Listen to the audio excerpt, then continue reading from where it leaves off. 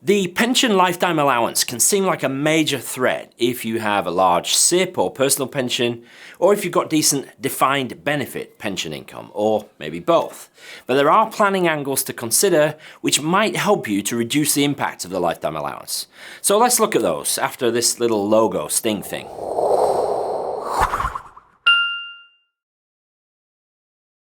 Hi and welcome back to the channel. My name is Pete Matthew and I'm a chartered financial planner based here in the UK. And I did a video a few months ago which did wondrous things for this channel. It was called Don't Stop Paying Into a Pension, and I'll link to that up here and down in the description below the video. And in that video, I explained how the lifetime allowance works and how the charge works if you go over the allowance. So definitely watch that video if all this is new to you. Now today I want to give you some things to think about if this is an issue for you specifically. So let's talk about DB pensions first. And if you're lucky to have a really meaty DB, defined benefit pension, where you get a guaranteed income for life payable to you from age 60 or age 65, whatever the scheme age is. If that's you, then rejoice, because you are one of the last generations to have such gold-plated pension benefits. But if you're a high earner, then those pension benefits alone might be enough to tip you over the lifetime allowance. Remember, DB pension benefits are tested against the LTA by multiplying the pension income by 20 and then adding any lump sum. So for example, if your pension is $45,000 a year, that gets multiplied by 20 to give $900,000. If your lump sum is, say, £300,000, then your total figure, which is tested against the lifetime allowance, is 900 plus the 300 lump sum, and that gives you £1.2 million. Well, as the lifetime allowance currently is 1.0731 million, you would be over that by 126,900. Now, with a DB pension scheme, you don't actually have a fund that you can pay out that charge from. You just have the guaranteed income. Now, you could pay the lifetime allowance charge out of your other investments or savings, but nobody really wants to do that. You could ask the scheme to pay the tax for you. And if they do that, they will reduce the amount of pension income they will pay you. The scheme will have a reduction or a commutation factor, which will tell you how much annual income you'll have to give up in return for each £1,000 of LTA charge that the scheme pays. Now, alternatively, you could ask the scheme to reduce your tax-free cash by the amount of the lifetime allowance charge. Some pension schemes might not allow that though, so you're going to need to talk to your pension scheme about how it might work for you, and then think about how the numbers might work out as well for you and your circumstances. So how can you plan for the lifetime allowance if you've got DB pension benefits? Well, you could ask the scheme to pay you out earlier. You would definitely have a reduced income paid out, most likely anyway, but because you're taking it early, it's going to pay you for longer, so that's probably okay. But as the income is lower, that multiple of 20 will be lower, and usually the lump sum will be lower as well, and that all may bring you down below the lifetime allowance.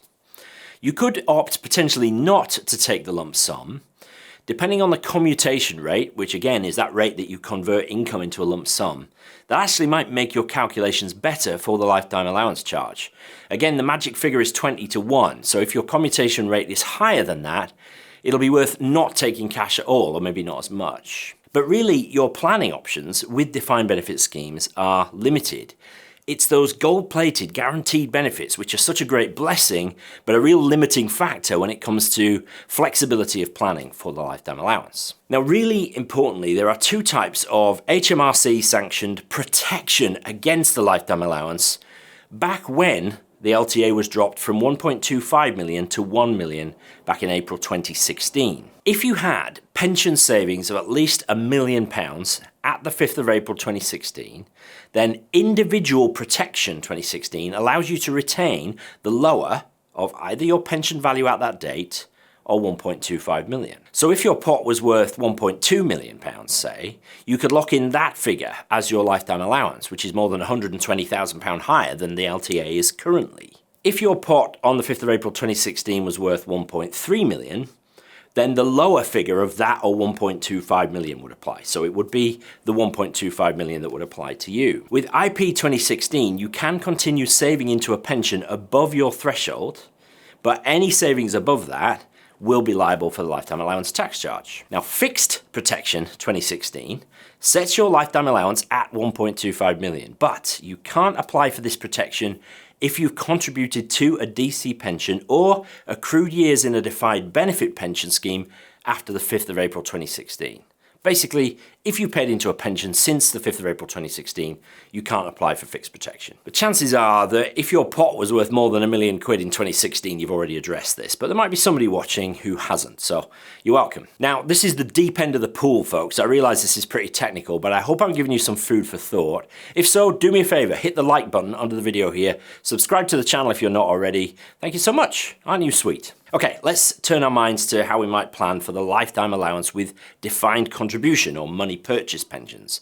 These are the kind of plans where you build up a fund of money that you can eventually crystallize, take money out from in retirement. Well, one obvious ruse is that if you're likely to go over the lifetime allowance and you have a spouse or partner, you could consider paying into their pension instead.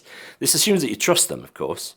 But if you're planning to stay together into retirement, then there's real benefit in sharing the assets between you.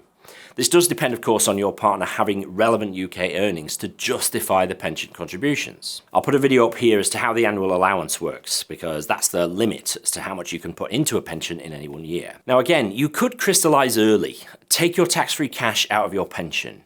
By crystallizing early, the thinking is that the pension fund is only going to be higher from that point on, so you're being tested against the lifetime allowance at the lowest likely point. Also, the money left in the drawdown fund would be starting from a lower base, potentially reducing the charge at the second lifetime allowance test at age 75. Again, if you've no idea what I'm talking about with lifetime allowance tests, this is the video to watch about how it all works. Speaking of which, you could take an income from your drawdown pot so that it doesn't grow past the lifetime allowance limit at age 75. We plan for this with clients all the time. You have to balance the income tax payable on the income you take against the potential lifetime allowance charge down the line though. But sometimes it's quite clear cut, you should do one over the other. And of course, you can save in other ways than a pension. So maybe if you're getting close to the lifetime allowance, you start redirecting money that you would have paid into a pension into something different, like a venture capital trust, a VCT maybe. With VCTs, you still get income tax relief, but the lifetime allowance just isn't a factor. And you should definitely be using your ISA allowances, of course. There's no tax relief on money going into an ISA, but there's no tax coming out either. Now I realize, folks, that I'm skipping over these quite quickly because I'm going to do a follow-up to this video next week with an examples video. Today I just wanted to give you some things to think about. But in summary, here are the points, right? The things that you can consider when it comes to lifetime allowance planning. For defined benefit schemes, look into taking benefits early, maybe. And perhaps you can trade off tax-free cash and pension to try and optimize the calculation for the lifetime allowance charge. Look into whether you can apply for individual protection or fixed protection 2016. And for defined contribution scheme planning, consider paying into your partner's pension if that's possible, or into alternatives like a VCT or ISA. Maybe crystallize early and take tax-free cash and even an income to reduce the likelihood of an LTA charge at age 75. And just finally, before I wrap up, remember, avoiding tax isn't the main goal of financial planning. If you think it is, you're misunderstanding it. Frequently, I've worked with a client and I can show them that by paying more tax, they're actually better off in the long run. Don't believe me? Watch next week's video and I'll prove it to you, I promise. We really mustn't be blinkered in our approach to finances. Rather, we should be holistic, consider everything in the round, and tax is just one aspect of financial planning done right. Okay, that's part one of a two-part video, and I'll see you next week for the conclusion. Please hit the like button if it's been in any way useful or interesting. Subscribe to the channel if you're not already so that you can see all of our videos as we upload them. Thank you so much for watching. I really appreciate it, and I'll see you next week.